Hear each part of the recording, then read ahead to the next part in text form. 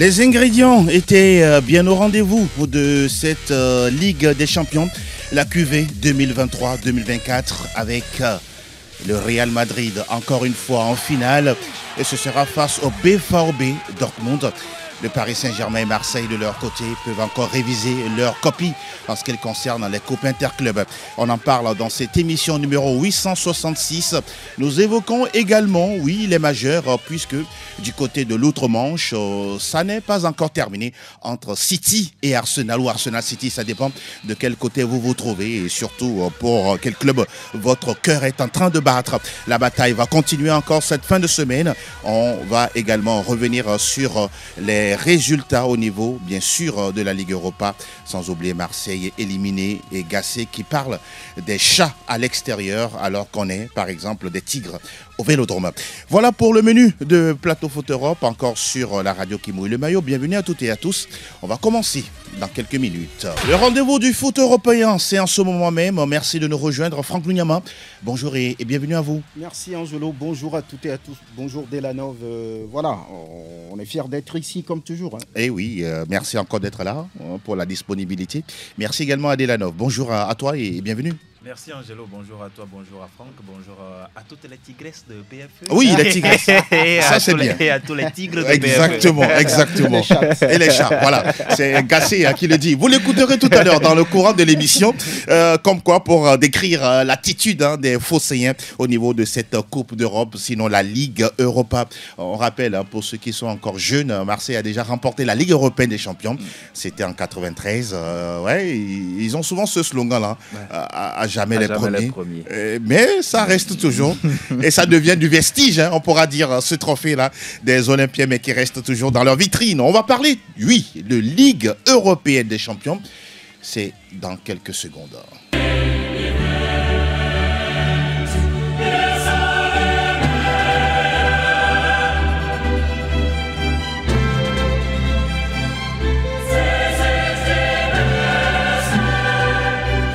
Mélodie presque immortelle, sinon éternelle, a bien résonné du côté du Parc des Princes avec à la loge officielle des stars. Que des stars, que ce soit anciens présidents de la République, que ce soit des anciennes stars sur le terrain, à la star de Rai et tout ce que vous voulez. Mais la dernière fois, le Paris Saint-Germain s'est encore sabordé, éliminé, battu par le Dortmund à l'arrivée 1-0. Franck, pourra-t-on dire que cette équipe du Paris Saint-Germain n'a pas eu de chance ou n'a pas joué sa chance face au Borussia Dortmund? Oui, elle n'a pas joué sa chance, j'allais dire, parce que là, lorsque vous regardez les deux matchs, le Paris Saint-Germain a tout perdu au match aller. Lorsqu'ils ont tiré le Borussia Dortmund, tout le board, tous les joueurs du Paris Saint-Germain dans leur tête se sont dit oui, c'est un adversaire prenable. Nous avons au moins quelqu'un qu'on peut battre.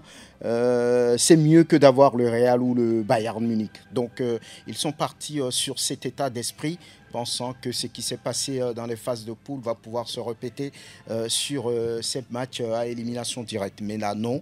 Les jaunes et noirs ont fait le travail avec beaucoup de solidité, beaucoup de réalisme. Lorsque vous comparez tout ça au Paris Saint-Germain qui a touché, on va dire, une dizaine de fois les poteaux, mais ça ne pardonne pas à ce niveau de la compétition. La dernière fois sur ce match-là, vous allez remarquer que oui, c'est des joueurs un tout petit peu amorphes qui jouaient comme si c'est eux qui menaient par rapport au match aller. Donc oui, il n'y avait pas match pour moi par rapport à ce que les joueurs ont produit la dernière fois.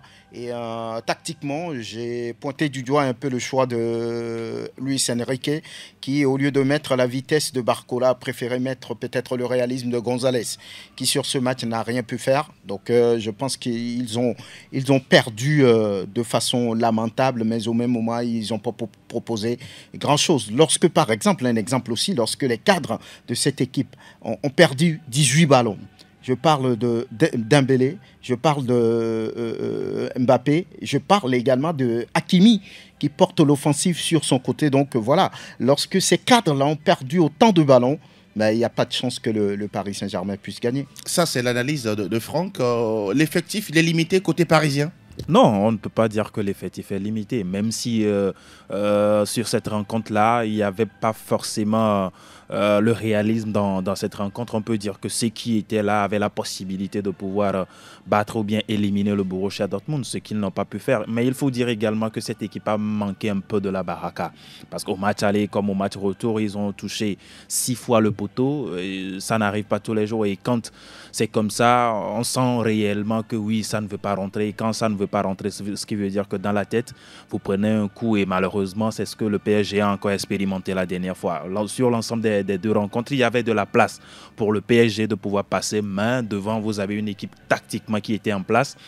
Qui en voulait plus que le Paris Saint-Germain, oui, dans l'attitude. Oui, dans l'attitude, on a vu une équipe du Borussia Dortmund qui a mis l'intensité, qui était efficace également dans la construction de jeu. Et puis devant, vous avez une demi-occasion ou presque une demi-occasion, vous transformez cela et derrière, vous êtes très solide, à l'instar de Klosterberg et puis Hummels.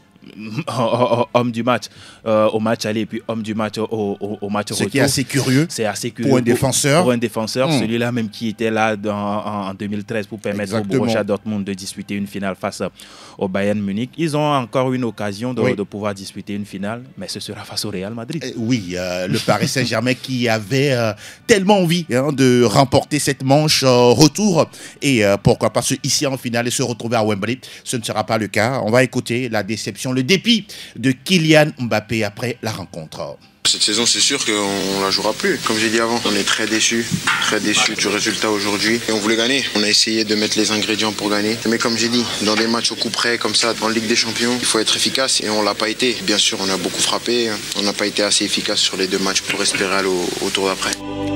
En matière de frappe, quand on jette un coup d'œil à notre papier, ça fait quoi? 30 tirs pour le Paris Saint-Germain, seulement 5 cadrés contre 7 côté Borossen et 3 cadrés. Le réalisme était là. 14 fois les montants trouvés par les Parisiens.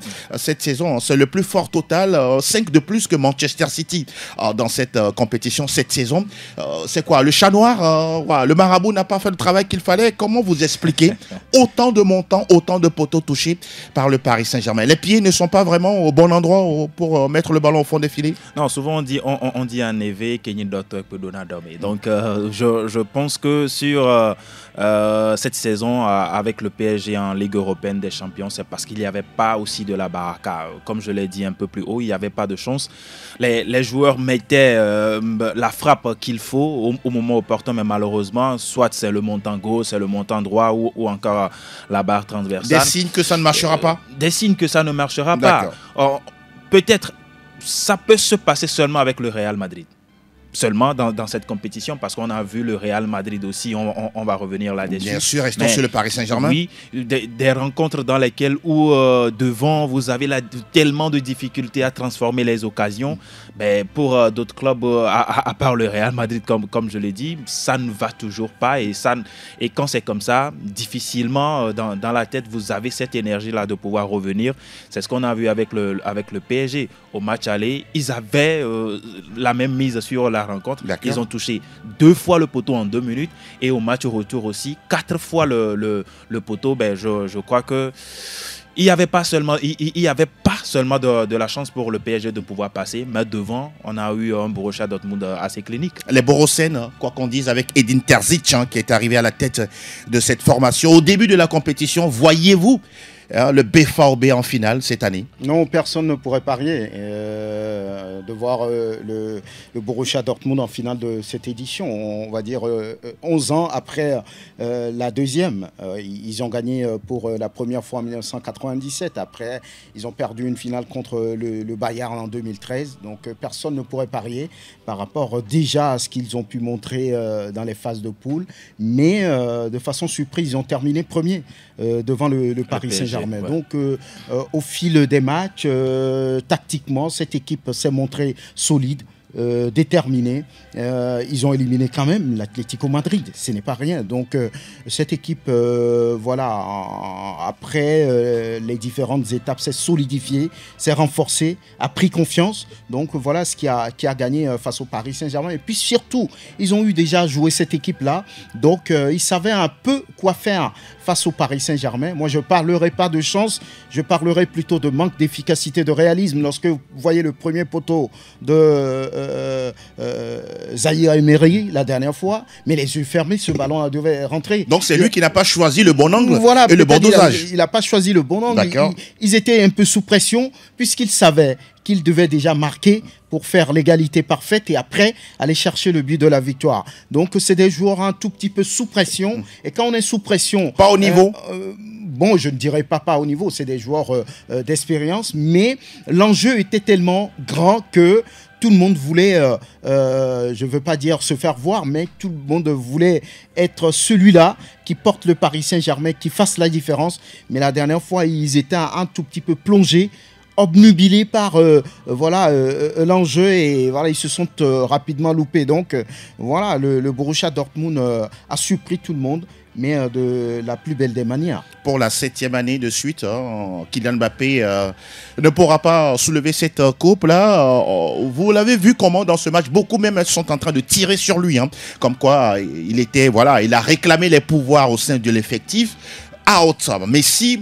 Exit Neymar. Aujourd'hui, c'est lui qui est là, mais visiblement, avec une telle finale face au Borussia qu'on voyait déjà éliminé avant le coup d'envoi et de la manche aller et de la manche retour, voilà le Paris Saint-Germain qui reste encore à la maison. On va tout simplement dire pour Kylian Mbappé qui n'a pas été à la hauteur de l'attente. On sait que c'est quelqu'un qui a un ego aussi surdimensionné. Il a réclamé plusieurs fois que je veux être le patron de cet effectif-là. Ce qu'on lui a offert. Ce qu'on lui a offert également avec le brassard de capitaine aussi entre-temps quand Marquinhos n'est le joueur le mieux payé justement du club. Non, naturellement, parce que en 7 ans aussi, il a été ce joueur-là qui a véritablement apporté une plus-value au PSG. Maintenant, sur cette saison, on sait que du moment où il a annoncé qu'il allait quitter le PSG, à ce moment-là, tout a basculé. Il faut voir d'abord l'expression corporelle du joueur.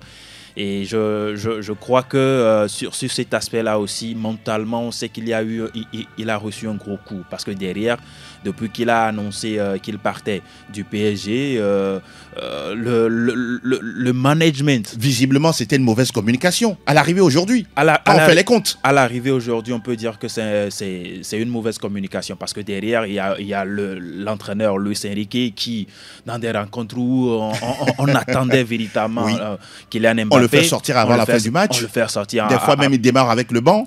Justement, donc, ce management-là aussi n'a pas forcément aidé le joueur. Maintenant, on sait très bien que c'est quelqu'un qui a dit récemment, quand vous voyez les prestations de Kylian Mbappé, est-ce que vous sentez que j'ai un souci? Le journaliste a dit non. Mais sur la pelouse, on a vu un Kylian Mbappé qui n'était pas forcément concerné par ce qu'il se faisait. Et à côté, moi je crois que si vous avez votre tête de proue qui n'arrive pas à tirer l'épingle du jeu, malheureusement vous ne pourrez qu'être éliminé. C'est ce qui s'est passé avec le PSG. Le PSG qui n'ira pas en Kylian finale. Mbappé, c'est le patron de cette équipe. D'accord. Et il ne peut rien faire tout seul. Ah oui. Il est à l'image sur ces deux derniers matchs en demi-finale de la Ligue européenne des champions. Il est un peu à l'image de toute l'équipe.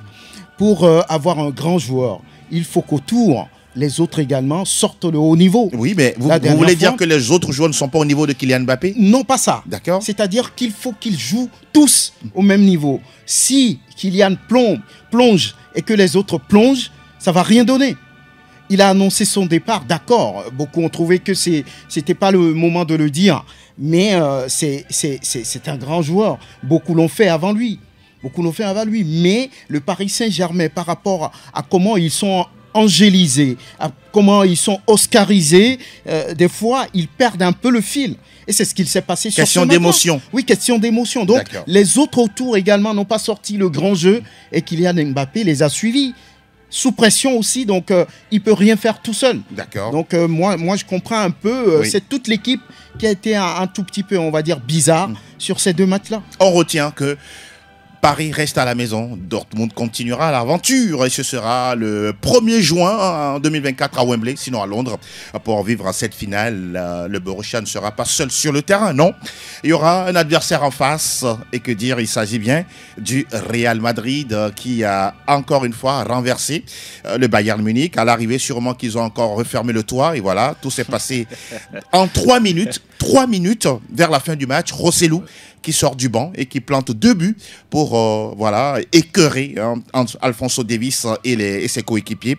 À l'arrivée, le Real qui gagne encore. Qualification au bout du suspense, logique selon vous?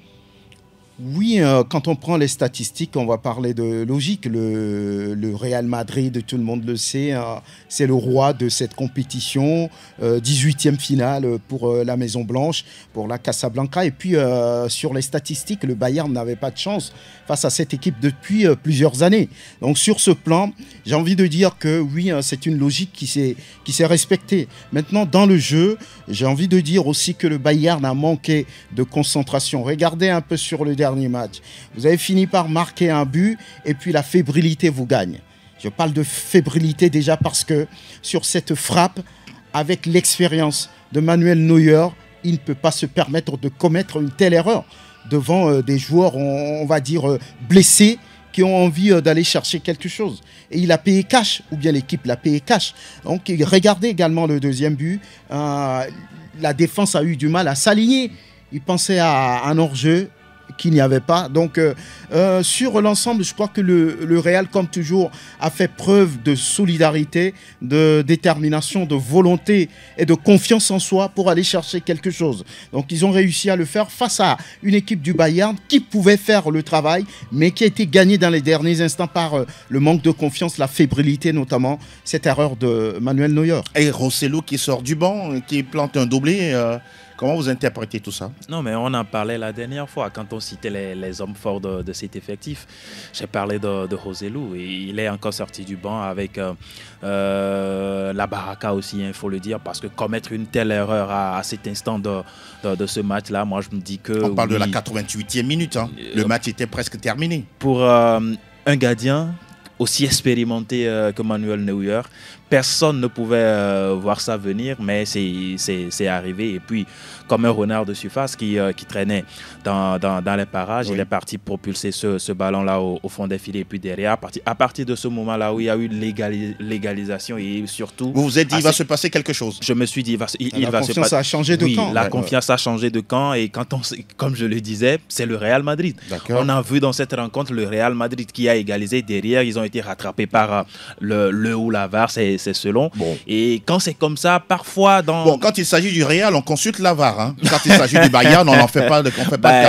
Quand il s'agit du Real... On va en parler tout à l'heure sur cette véritable polémique concernant l'arbitrage de M. Marcignac. Allez-y. Mais sur l'ensemble de la rencontre, on a vu une équipe du Bayern de Munich assez concentrée et quand l'erreur est venue, par qui d'ailleurs, celui-là qui permet de maintenir le club à flot. Oui, de maintenir le club à flot. Malheureusement, l'équipe a coulé tout simplement. Tout simplement, oui. Le Bayern a coulé au Santiago Bernabéu grâce à qui cet homme-là, nommé Rosselló, un joueur de 34 ans, que nous allons écouter juste, oui, il s'est exprimé à la fin du match épique face au Bayern. On rêve toujours d'être là au bon moment. Le premier but, c'est parce que j'étais prêt, que je suivais le jeu. À cet instant, ils étaient fatigués et ils défendaient de plus en plus bas. Je pense que l'on rêve tous de vivre des soirées comme celle-ci. En tant qu'attaquant, on rêve aussi de marquer des buts. Et s'ils sont comme ceux d'aujourd'hui, c'est encore plus bon. Nous avons gagné, nous sommes en finale. En fin de compte, les matchs se gagnent avec les sentiments et les tripes. L'entraîneur l'a dit avant le match. Ces matchs, on les arrache avec le cœur. Et je pense que Madrid, on a beaucoup de cœur. Un joueur de 34 ans, Franck, prêté par l'Espagnol Barcelone. S'il y restait, il ne serait même pas là sur la pelouse en train de jouer une finale de Ligue des Champions. Qu'est-ce à dire là-dessus? Oui, j'ai envie de dire également que ça fait partie du sens tactique de la vision de Carlo Ancelotti, qui connaît très bien cette compétition, qu'il a gagnée en tant que joueur et qui est en train de la gagner aussi en tant qu'entraîneur. Donc, oui, il savait, comme le joueur l'a dit, le Bayern a connu la fébrilité. À 5 minutes de la fin, il défendait de plus en plus bas, alors qu'il y avait des joueurs très rapides comme Vinicius qui pouvaient faire la différence et donner le ballon en profondeur, ramener de ballons très dangereux. C'est ce qui est arrivé. Et Rosselló, avec l'expérience, vous avez dit 34 ans, il découvre la Ligue européenne des champions. Et voilà, quelqu'un comme ça va tout donner. On lui a donné sa chance et il a tout donné. Il a saisi et voilà, il est allé dans ses tripes pour aller faire l'égalisation. égalisation. Elle a marqué ce deuxième but qui permet à son club d'aller en finale. Donc, ce qui m'a un peu écœuré, c'est vrai que Vinicius a porté cette équipe, mais je pensais que l'homme du match, c'est plutôt Joselu. Voilà,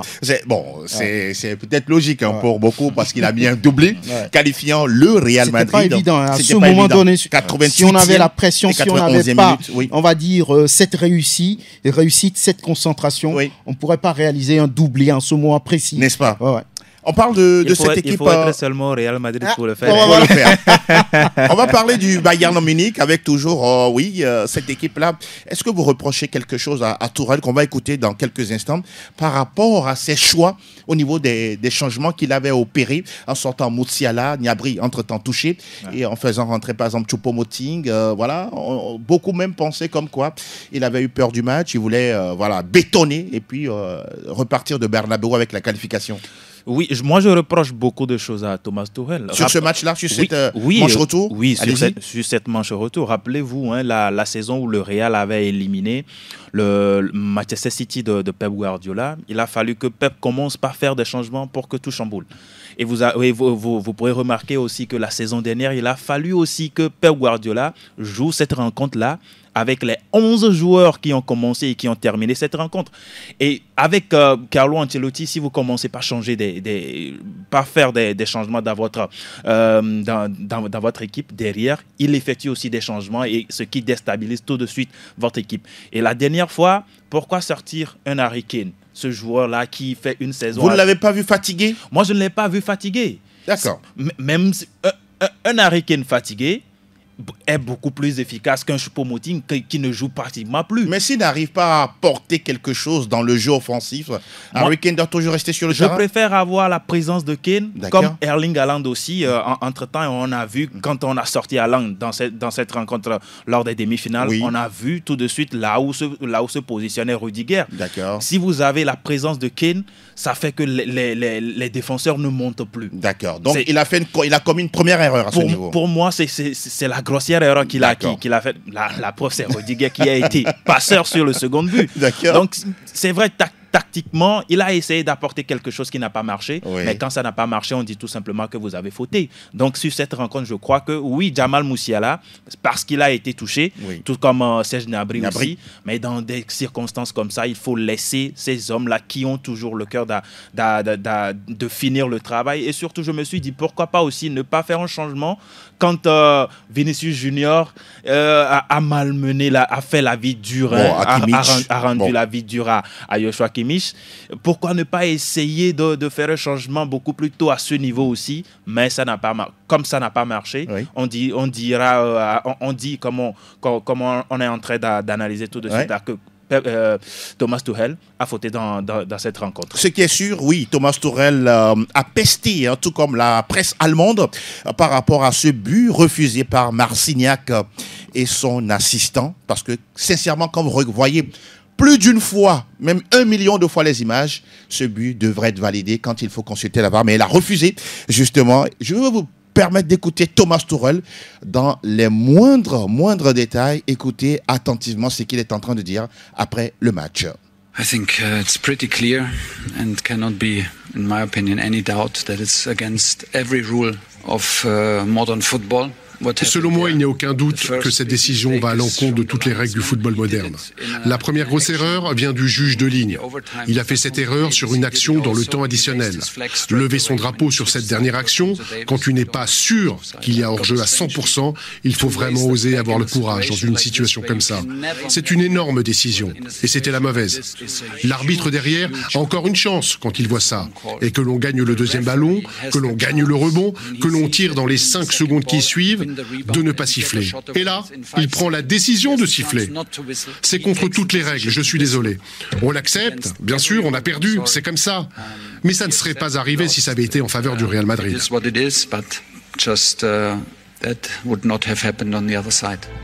La colère, la grosse colère de Thomas Tuchel. On le connaît aussi, démonstratif, extraverti.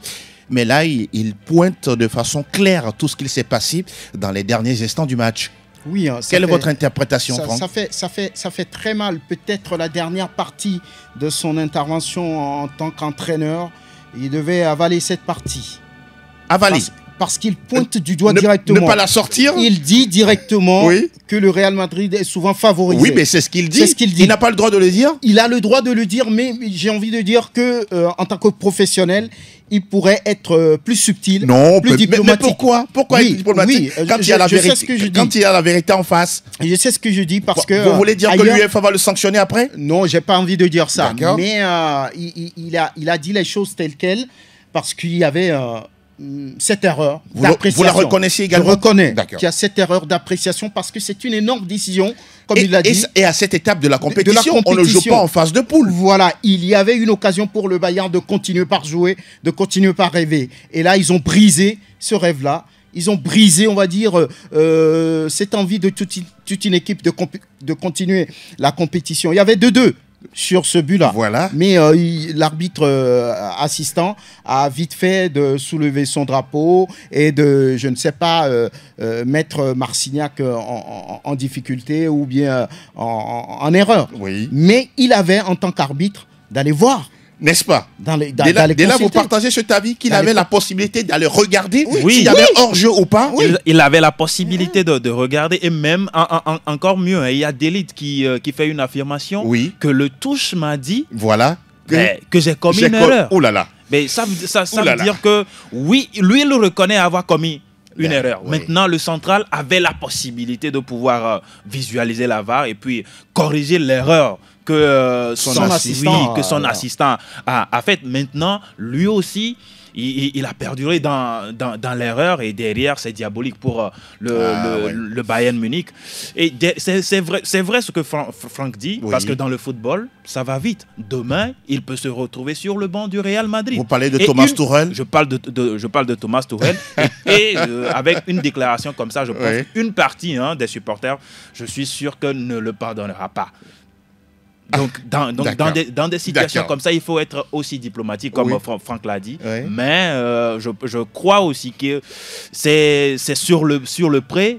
Il y avait de la frustration et il a préféré le dire tout de suite. En tout cas, vous allez le voir, au coup de sifflet final, il s'est arrêté pour regarder encore une fois sur le grand écran du stade. Vous savez que c'est un stade supersonique. Exactement. Je veux dire, vraiment à la page. Donc, c'est l'énervement, c'est la colère du monsieur qui souvent aussi n'a pas l'intention de mâcher ou bien de dire autre chose à la place de ce qu'il ressent. Exact. Et comme Dela l'a dit, un jour, il peut être appelé sur le banc du Real Madrid. Voilà pourquoi je parle de diplomatie et de subtilité. Mais sur cette action, il y a quand même tricherie. Monsieur Thomas Tuchel, la prochaine fois, soyez subtil. Pour peut-être, pourquoi pas gagner votre place sur le banc de la Casablanca. On rappelle que le Real est en finale. Ce sera face au Borussia Dortmund. Le match a lieu le 1er juin, dans 3 semaines. Et oui, à Wembley, finale attendue entre les deux, Carlo Ancelotti et Edin Terzic, qui est à sa première expérience au niveau de cette compétition. Messieurs, on a terminé avec la Ligue des Champions. On va poursuivre avec la petite sœur, juste derrière ceci.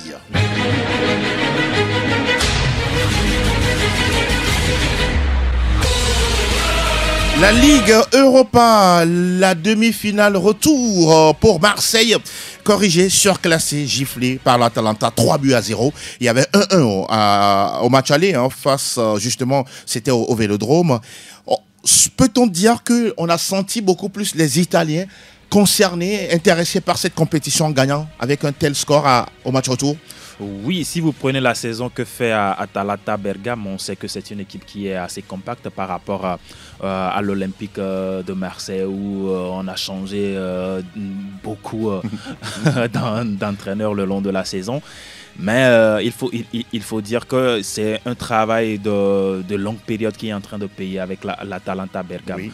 Le même entraîneur qui est là, Gasperini. Oui, Gasperini qui est là depuis très longtemps. C'est vrai qu'ils ont disputé une demi-finale de la Ligue 2020, non? En 2020 avec la formule Covid.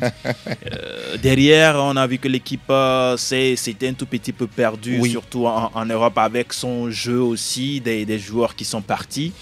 Mais cette saison, en Serie A, ce n'est pas forcément cette équipe-là qui dérange les grandes équipes. Mais c'est une équipe assez compacte qui a des bons résultats, qui sait là où elle va. Et sur cette rencontre, sur cette double confrontation face à l'OM, on a vu qu'il y avait un camp au-dessus par rapport. Oui, l'Olympique de Marseille a joué avec le cœur au match aller, mais au match retour, l'envie seule n'a pas suffi. Pour pouvoir, il fallait également du talent sur le terrain. Il faut avoir du talent, il faut avoir de l'efficacité pour pouvoir éliminer l'Atalanta Bergame. Et hier, comme on l'a vu, nous tous, c'est 3-0. Un but d'Ademola Lookman, les Scamacca, des très bons joueurs qui font également une très belle saison. Au plan individuel, je crois que l'Olympique de Marseille peut pleurer, mais en même temps, sur le terrain, le résultat qui est là, c'est pour une élimination. Voilà, on a vu également la grise mine de Pierre-Emerick Aubameyang, qui termine certes meilleur buteur de l'histoire de la compète, mais ça fait mal. Gasperini est là depuis 2016. Pourra-t-on dire également c'est une question de stabilité. Oui, c'est une équipe qui a fait montre de solidité, de détermination, de confiance. Parce que là, lorsque vous regardez les 3 buts, Marseille n'a pas existé, surtout en défense. Le premier but de Lookman qui a, on va dire, mystifié Kondogbia et puis les Balerdi et tout, ce qui a frappé. Le deuxième but, vous voyez la combinaison. Une défense amorphe, lourde, qui n'a pas réagi et puis le joueur a placé le ballon. Même chose sur le troisième but. Donc c'est une équipe qui n'a pas existé sur ce match. Peut-être tué par l'enjeu parce qu'il va falloir gagner là-bas et quand même c'est difficile et très rapidement Atalanta a fait le travail sans aucune résistance, j'ai envie de dire. Ça s'explique aussi par les pleurs d'Aubameyang à la fin de la rencontre. Exactement. Marseille n'a pas existé, pas du tout. Si Gasset dit nous sommes des tigres à la maison, ils ne sont pas des tigres à la maison. Ils sont des chats en réussite à la maison et des chats en mauvaise posture à l'extérieur. Donc je pense que c'est très compliqué. Donc Marseille n'a rien donné pour gagner ce match-là et Atalanta pour la première fois va disputer une finale de Coupe d'Europe. Oui, pour la toute première fois, nous vous proposons la réaction de Jean-Louis Gasset à la fin du match face à l'Atalanta Bergame. Une grande déception, une incompréhension parce que à une semaine d'intervalle, on est capable, comme beaucoup de fois, de montrer 2 visages.